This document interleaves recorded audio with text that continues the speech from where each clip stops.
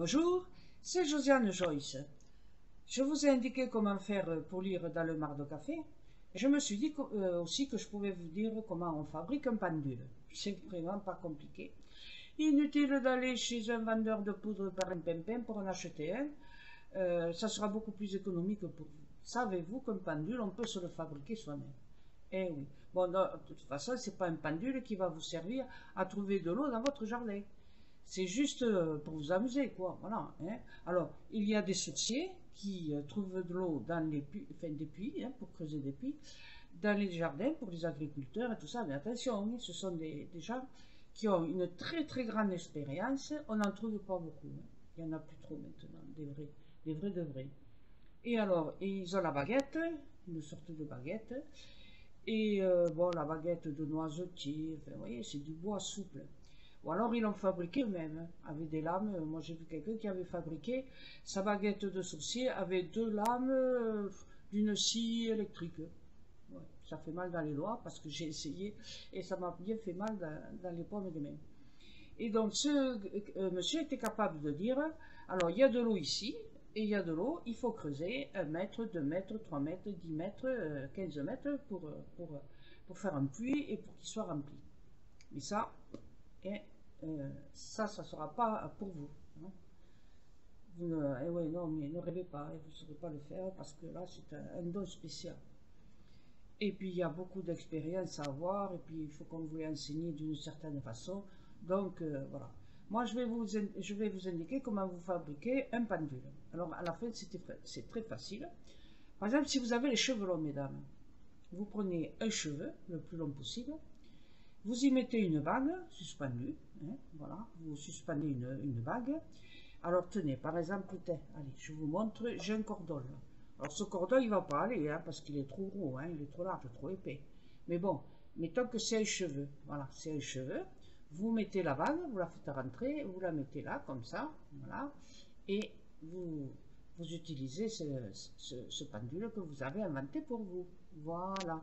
Alors, il vaut mieux, hein, je vous le dis tout de suite, il vaut mieux prendre, voilà, celui-là, un cordon comme ça, plus fin, il est plus fin. Il est très long, hein, alors bon, je ne l'ai pas coupé parce que je l'utilise. Alors, je l'utilise, mais pas pour faire des pendules. Il y a longtemps que j'ai passé l'envie de fabriquer des pendules. Mais bon, vous mettez alors à la place un cordon fin. Voilà, vous savez ces cordons qui sont accrochés au pantalon là. Voilà, ils vous mettent les cordons pour attacher votre pantalon. Moi, je les enlève tous, hein, systématiquement. J'enlève les cordons. C'est pour ça que je vous ai montré mes cordons. Il y en a de toutes les couleurs parce que j'ai des pantalons de toutes les couleurs. Et donc, vous suspendez un objet quelconque, un peu lourd, là, par exemple celui-ci. Hein, voilà, vous voyez ce que c'est. C'est un petit, voilà, on peut y accrocher les clés, là. Ça peut servir de pendule. Voilà.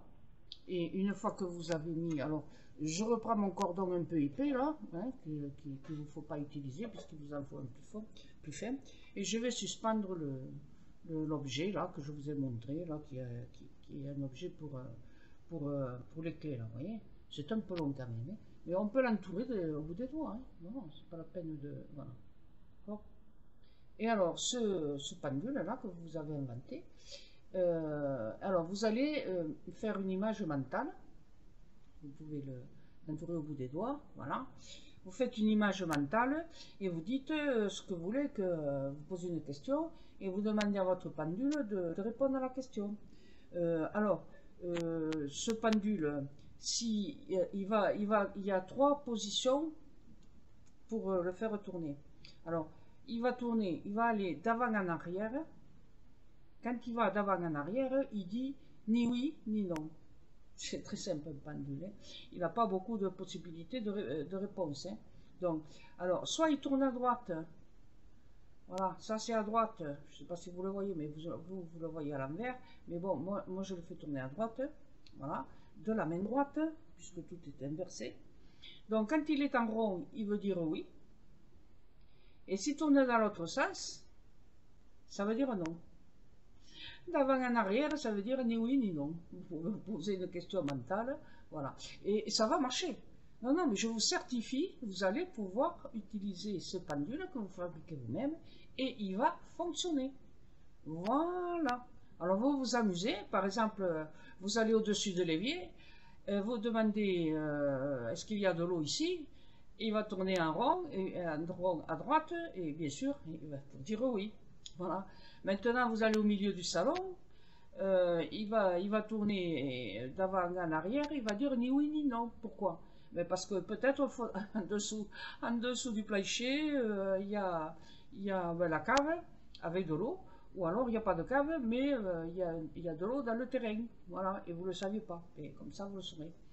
Et puis vous allez un peu plus loin de la maison, dans la chambre, et il va tourner un rond négatif. Il va dire non, il n'y a pas d'eau dans la chambre de machin, et c'est pas plus bas. Voilà, parce que c'est pas trop intéressant d'avoir de l'eau qui coule en dessous du lit. D'accord? Donc, voilà, il répond à la question bêtement. Et alors, en plus, vous le savez, puisque vous posez une question. Et bien, ça s'appelle l'effet idéomoteur. Hein. Vous allez voir votre pendule tourner, mais inconsciemment, sans que vous en rendiez compte. C'est pour ça que les gens n'y croient pas. Quand ils font tourner les pendules, ils ne croient pas que c'est ce qu'on appelle l'effet idéomoteur. J'ai déjà fait un texte là, je vous mettrai l'adresse de l'URL, vous irez le lire, c'est scientifiquement prouvé. Voilà. Et l'effet idéomoteur, on ne se rend pas compte, c'est un mouvement inconscient. Voilà. C'est la même chose que quand vous faites le verre, vous savez, le verre qui parle avec les esprits. Ou alors le Ouija.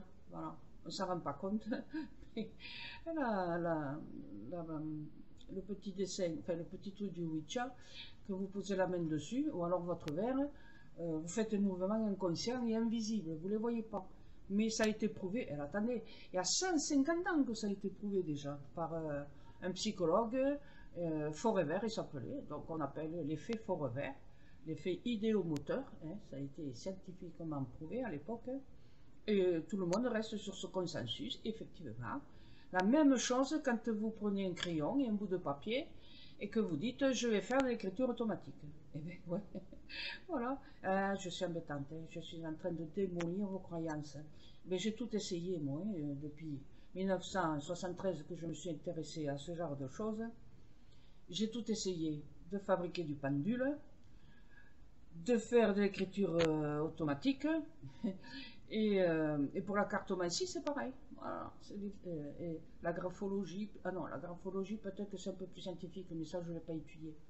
Mais bon, il y a beaucoup de choses qu'on appelle l'effet idéomoteur, associé donc à cet effet Forever, qu'on appelle, c'est le nom scientifique là, du psychologue qui l'a trouvé. Et il y a aussi l'effet Barnum. Et l'effet Barnum, ça c'est pour les cartomanciennes.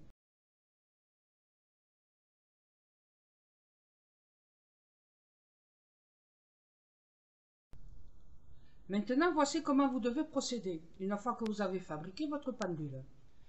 Alors, vous vous mettez sur une table, vous asseyez à table, que ce soit celle du salon, de la salle à manger ou de la cuisine, et vous allez mettre les bras sur la table. Oui, pour une fois, même si maman elle vous a appris qu'il ne fallait pas mettre les coudes sur la table, eh bien si. Alors, vous posez votre main, votre coude sur la table, et bien sûr, vous laissez pendouiller le pendule au bout de vos bras. Et alors, bien sûr, ce n'est pas à vous de faire tourner le pendule. Il doit tourner tout seul. D'accord? Voilà. Et mentalement, vous posez une question. Dit oui, alors il va tourner à droite. Dit non, il doit tourner à gauche. Et ni oui ni non, il doit aller d'avant en arrière. Oui, oui, oui, oui, c'est ce que vous dites par pensée qui fera agir votre pendule. D'accord? Voilà. Ça s'appelle l'effet idéomoteur, je vous l'ai déjà expliqué. Donc c'est votre subconscient, votre inconscient, enfin votre pensée qui fait avancer, qui fait tourner les choses. C'est pour ça que c'est juste un amusement et que ça ne peut pas vous faire une voyance. Donc tous ceux qui utilisent un pendule pour vous faire une voyance, ils sont complètement faux, ils sont bidons, ils sont des charlatans. Donc, alors vous posez le pendule, j'ai dit, sur le coude. Maintenant, si vous avez difficulté pour tenir le bras levé, parce que ça peut arriver, et puis ça fatigue aussi, hein, alors vous le mettez tout le long de la table, avec la main qui pend sur le côté de la table. Voilà. Et vous laissez le pendule panchorler, comme on dit à Toulouse, le parler toulousain. Panchorler, ça veut dire pendre. Voilà. Donc vous le laissez pendre et mentalement vous dites oui, oui, oui, oui, tourne oui, tourne oui, tourne oui. Donc il va tourner en rond à droite et voilà, je vous ai déjà dit comment faire. Voilà, d'accord? Bon, je vous ai dit aussi comment vous amuser à essayer de trouver de l'eau dans la maison. Hein, voilà.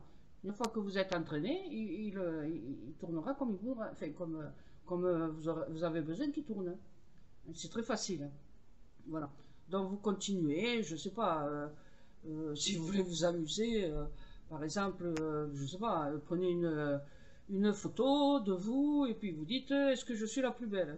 Vous verrez bien si vous dites oui ou si vous dites non. Ni oui ni non. Voilà, s'il n'est pas méchant, il vous dira ni oui ni non. Hein. C'est juste un amusement.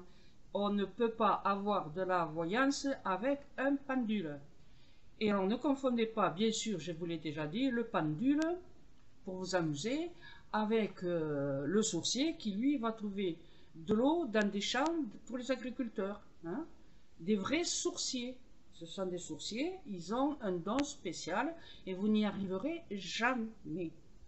Voilà, jamais.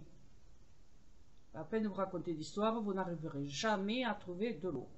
C'est un don qui est perdu pratiquement, il n'y a pratiquement plus, alors je ne crois pas qu'il doit y en avoir beaucoup en France. S'il y en a 2 ou 3, c'est le bout du monde. C'est quelque chose d'autrefois qui appartient avec une culture ancienne, une façon d'être mentale ancienne. Et je vous expliquerai dans une prochaine vidéo comment un charlatan qui tire les cartes, une charlatane, elle peut vous manipuler. Vous verrez, c'est très facile. Quelqu'un qui n'a aucune compétence en voyance va vous manipuler et vous raconter des bobards. Et alors, je vous expliquerai bien tout cela dans une autre vidéo. Merci d'avoir écouté tout ce que je vous ai dit. À bientôt. Au revoir et merci.